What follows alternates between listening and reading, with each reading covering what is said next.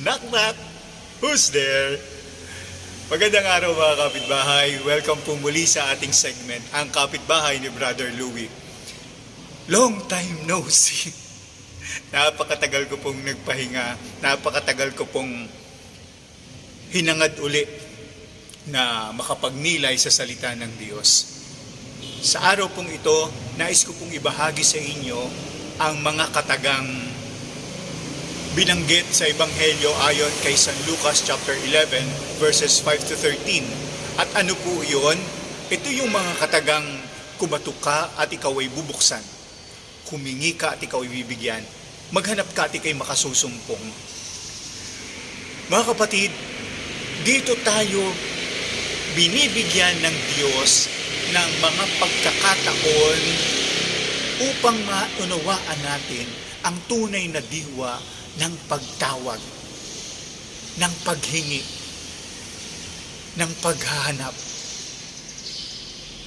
Mga kapatid, may mga pagkakataon sa buhay natin na parang nawawala na tayo ng pag-asa. Yun ang nakakalungkot doon. Oo, maraming pagsubok, oo, maraming problema, pero nandiyan ang Diyos.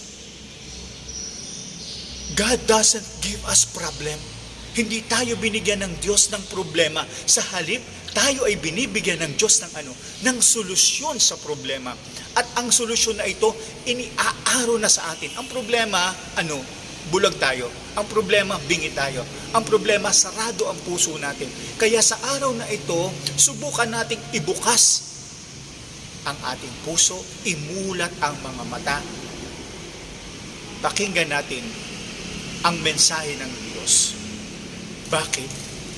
Sabi rin sa banal na kasulatan, hindi niya bibigyan ang kanyang anak ng ahas kung ito ay humihingi ng isda. No? Kung ano yung kailangan mo, yun ang ibibigay ng Diyos. Pero, may tatlong sagot ng Diyos. Una, sige, bibigay ko sa iyo. Makakatulong sa iyo para sa iyong personal growth. Sige. Ikalwa, no. Hindi. Bakit? Pwede mo yung ikapahamak. Pwede ka mapahamak pag ibigay mo. Tapos sisisihin mo ako. Sisisihin natin ng Diyos. No. A third, ano yon? Okay, sige. Bibigay ko sa iyo pero wait ka lang. Basta't maghintay ka lamang. Ano yung gusto sabihin sa atin ng Diyos? Kapag tayo may pangangailangan, in God's time, not on our time.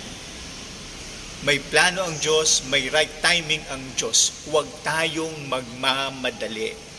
Dahil kalimitan, pag nagmamadali, nadadapa.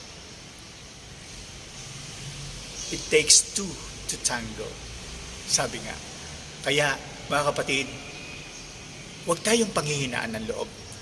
Sa panahon ng tayo ay inuulan ng pagsubok, inuulan ng problema, binabagyo ng mga sitwasyon na parang hindi natin kaya. Just hold on. Kapit lang tayo. Matatapos din yan. Ang mahalaga lang, patuloy ang communication natin sa Diyos sa pamamagitan ng panalangin. Prayer is our dialogue with God. Prayer is our communication to God. And prayer builds an intimate relation to God. Pag meron tayong malalim na pakikipag-ugnayan sa Diyos, walang kaduda-duda.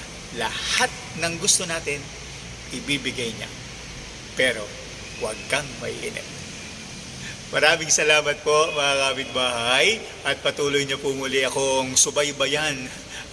Sisikapin natin araw-araw ay makapagnilay ng salita ng Diyos at mabigyan tayo na ako mismo, mabigyan tayo ng ating gabay sa paglalakbay natin sa buhay. Kaya naman, muli po, ito po ang inyong kapitbahay, Brother Louie Casala, na nagsasabing ang salita ng Diyos ay gawing buhay at gabay sa ating paglalakbay. Maraming salamat po and God bless you. Have a great day.